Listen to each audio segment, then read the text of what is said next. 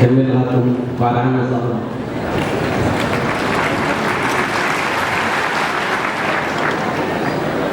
زغوركم نعم مرحبا زغوركم تصاد في كل عالم تجاش كل تجاش زغوركم عندما تجاش زغوركم المغلو أبو عزيز حدث ياسر الرواي نالو أكن دهنا تنزل تجاي نزل تيما زخبر زلوا على عالم فيستيفال داشبورد تجاي مستaf كابتن تلاني هذا عالم نفسه جاي زادهم كالكم مغلوكم نقع بسنة مساهم كل هود زغوركم تصادفتي زغوركم عندما تجاش زغوركم كم تسوتوا كم حمش عمل كتر ما يعلم الله فيستيفال داشبورد تجاي مسراوي فيلت القوان كل تصادفتي الفيستيفال كابوس حكمه مدن التحادث قد صارنا زلوا فيستيفال بربع عامات كاير له جميل بو مسرت هذا عامات وسيو اتقال عن فيستيفال دياسبورا تراي ابدو واني سالة له عدنا دياسبورا تراي نهالواتن لهنا تنزل تراي نزل مري حساب سالة له إذا طالع عنه لك فيستيفال دياسبورا تراي أبدو أنزل كاير كله بعينتهم ورع كريستون استفر يكتب الله نهاجرنا نزب السلام تزرعلو مرجع لهنا تزبي أبيع سجات زاتيلو كم علي بزيجات بمليونات زفنا قالوا قدما نستفيد ساعات أبحر جازوا له زين الكل أبزر شبك كنا تهاجر نقول تقرأي فتان مهان نقولكي تقرأي جملنا تو كسي تنبر كذا أو تنبر كذا كو ثلاثة يلين قانتم بينهم لأنه هو أمزر كايرو نسأل نزمته نابرو مسلم هفتة في مزنون بنور كذارو كابنور كابتات إثيوبيا كمزابيلهم نبرتهم تنزعهم أبحر حال كابتات تأكيد أو من تقاتلهم اليوم كاب عارفون تقرأي حدنا تزرقن ننو عن حبال عن سلام تزرق زي تكبر الشرعية يكون برا حزب تግራይ زعلنا تاريخهم زمسكرون بزغنا يوم ناوشتهم نايدر سلاي تنبرت فايدل حزب تግራይ هذون زيادة حدنا تناهيرو لصلاة كبر أي بركبر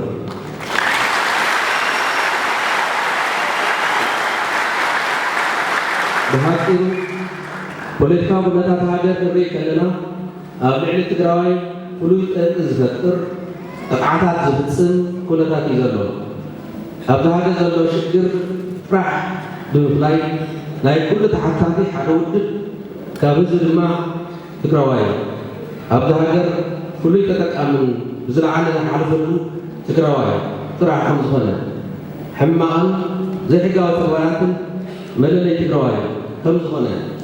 بسبب حب الجواح تقرأي من بركة دعور بدر بسبرلو تزي كم كل ما توصل أبصر حب واقع عن الركب سلسلة بدر تقرأي من سبحان الله فترة نمكات تحاوي الله أولاوني نقول له حدث كلهم تجارب حدث كلهم دياسبورا تجارب بالمستوى نزر الحماق كل الكابونات نكيكا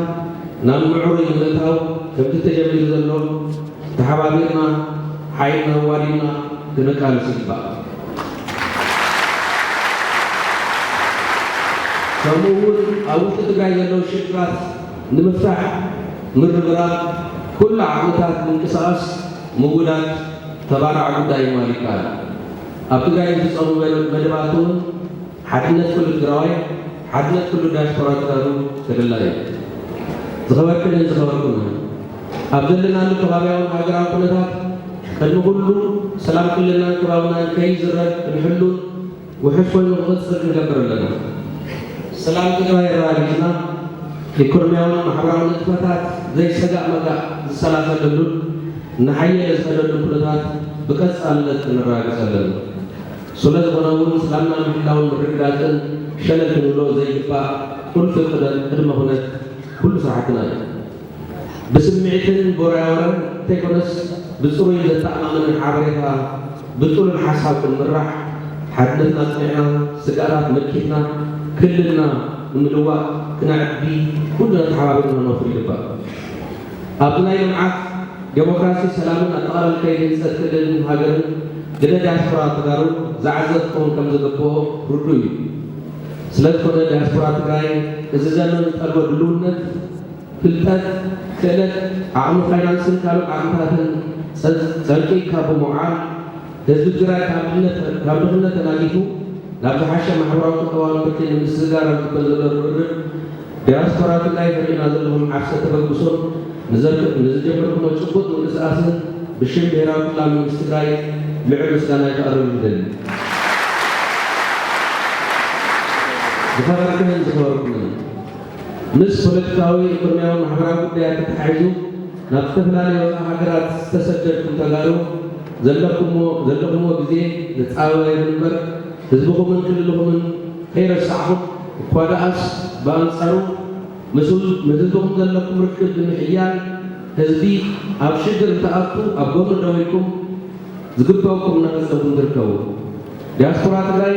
ናይ ህዝብን ክልልን ትግራይ ኣምባሳደር ብምዃን ሓቀታትን ጭቡጥ ኩነታት ህዝቢ ትግራይ ንዘይፈለጡ ወገናት ክተፍልጡ ከምኡውን ትግራዋይ ሕልፊ ዝተጠቐመ ብምምሳል ምስ ካልኦት ህዝብታት ኢትዮጵያ ቀያምን ክናቆትን ክካየድ ዝፀንሐ ዝፀለመ ካልእ ዕላማ ከም ዘለዎ ብምብራህን ሓቀታትን ኩነታት ህዝቢ ትግራይ ብጭቡጥ ክፍለጥ ብምግባር ዛጊግ ዝነበርክሞ መኸተ ልዑል ምስጋና ይፃሃቡ ዲያስፖራ ትግራይ ብኩሉ ደረጃ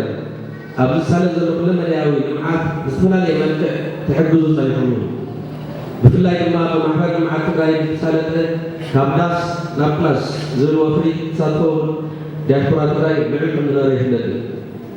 እቲ ኣብ ዘፈር ትምህርቲ ይኹን ኣብ መላይ ጥዕናን ካልኦት ዘፈራትን ዝነበረኩም ተሳትፎ ከምኡ ልዑል እዩ ይኹን እምበር ሕዚ እውን ካብ ከቢድ ፀገም ስለዘይወፃእና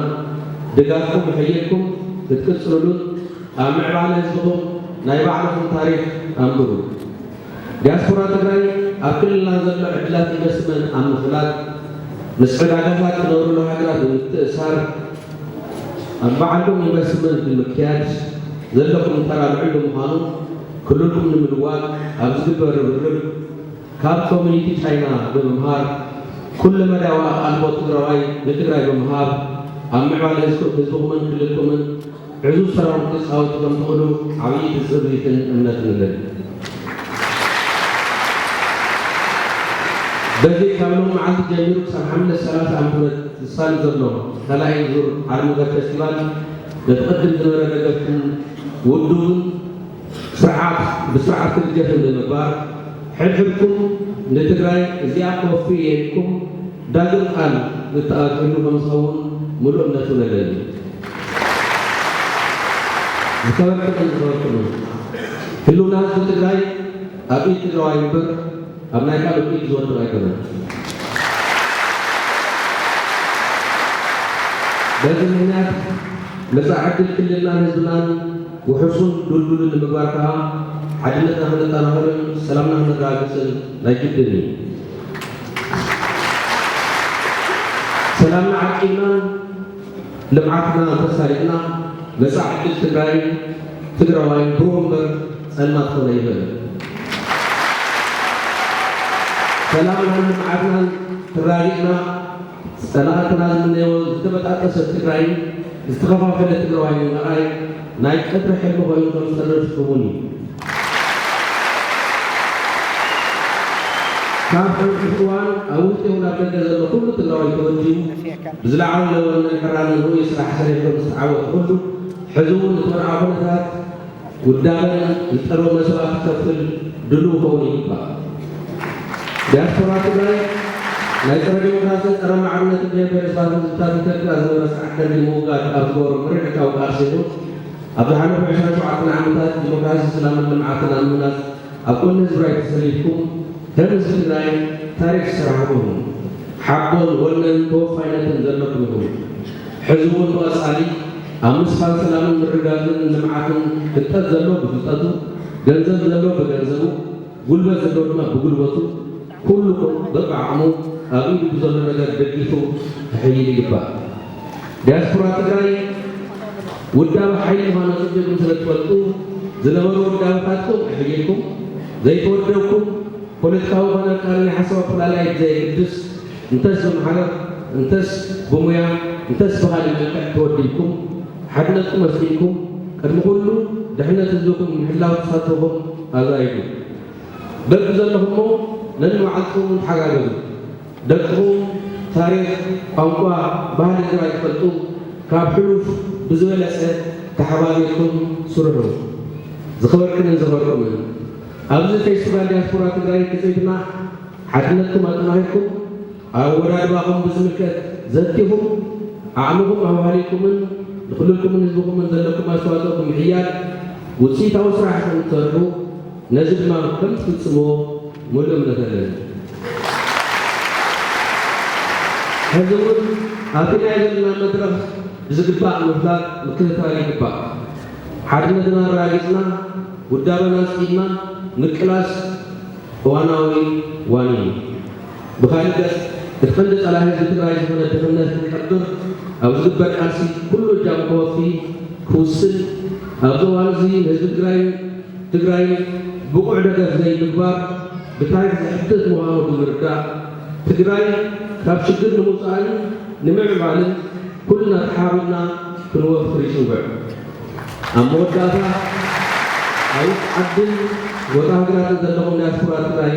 የድልክሞ ዘለኹም ቃልሲ ኣንጻር ጸላእትን ደገፍ ህዝብና ኣበርኪዕኩም ክትቅፅሉሉን ዝያዳ ክሕይልን ፃውዒትን እናቐረብኩ ብሄራዊ ክልላዊ መንግስቲ ትግራይ እውን ኣብ ጎኖም ኮይኑ ብፅሒቱ ብዛዕባ ሓላፍነት ከም ዝፃወት ደጊመ ከረጋግፀልኩም ይፈቱ ተሓጋጊዝና ኣብ ትግራይ ንህዝብና ዝጠቅም ለውጢ ምዕባለን ከም ነምፅእ ሙሉእ እምነት ኣለኒ ሰናይ ፌስቲቫልን ጻልዒትን ይኹነልኩም ክብሪ ሞገስን ፅዋዕትና ይቕኒየኹም